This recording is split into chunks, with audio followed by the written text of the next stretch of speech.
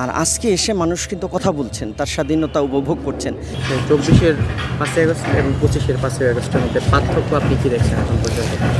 মৌলিক পার্থক্য হলো আসলে মানুষ জন্মগতভাবে তার মত প্রকাশের স্বাধীনতা চায়। তার হলো যে স্বাধীনতাটা সেটি মানুষ চায়। আমরা দেখেছি বিগত সময়গুলোতে মানুষের এই স্বাধীনতাকে রুদ্ধ করা হয়েছে। আর আজকে এসে মানুষ কিন্তু কথা বলছেন, তার স্বাধীনতা উপভোগ করছেন। মানুষের মধ্যে আপনি দেখবেন রাস্তাঘাটে মানুষের মধ্যে একটা উৎসাহের আমেজ তৈরি হয়েছে। তবে হ্যাঁ, অ্যাট দ্য সেম টাইম আমরা আরেকটা কথা বলতে চাই যে এই বিপ্লব উদযাপনের মধ্য দিয়ে মানুষ কিন্তু আরও কিছু প্রত্যাশা করেন।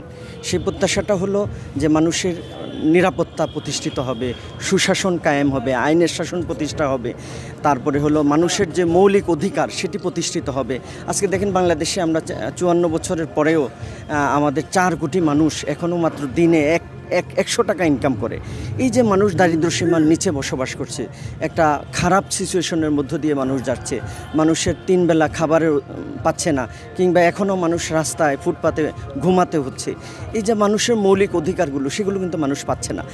আমরা চাই জামাত ইসলাম বা ইসলামী ছাত্র শিবির চান এমন একটা বাংলাদেশ গড়তে যেখানে ক্ষুধামুক্ত একটা বাংলাদেশ হবে, দারিদ্র্যমুক্ত বাংলাদেশ হবে, বেকারত্ব মুক্ত বাংলাদেশ হবে, মানুষের মধ্যে সাম্য প্রতিষ্ঠিত হবে, সম্পদের পাহাড় যে তৈরি হচ্ছে, বৈষম্য সৃষ্টি হচ্ছে সেটি হবে না, মানুষের হলো মানবিক যে মর্যাদা সেটি কায়েম হবে, মানুষের জীবনের যে নিরাপত্তা সুরক্ষা সেটি প্রতিষ্ঠা হবে। সেরকম একটা বাংলাদেশ আমরা প্রতিষ্ঠিত করতে চাই ইনশাআল্লাহ। এবং আমরা আশা করছি বাংলাদেশের মানুষ গত 54 বছরে বিভিন্ন শাসন দেখেছেন, এখন এবার হলো মানুষের মধ্য থেকে স্বতঃস্ফূর্ত একটা সাড়া, একটা শব্দ, একটা উচ্চারণ সৃষ্টি হয়েছে যে আমরা সবাইকে দেখেছি, এবার জামাতকে দেখতে চাই, ছাত্র শিবিরকে দেখতে চাই। সেই সুযোগ হয়তো এসেছে, আমরা আশা করব মানুষ সেই সুযোগ হলো সৃষ্টি করে দেবেন ইনশাআল্লাহ।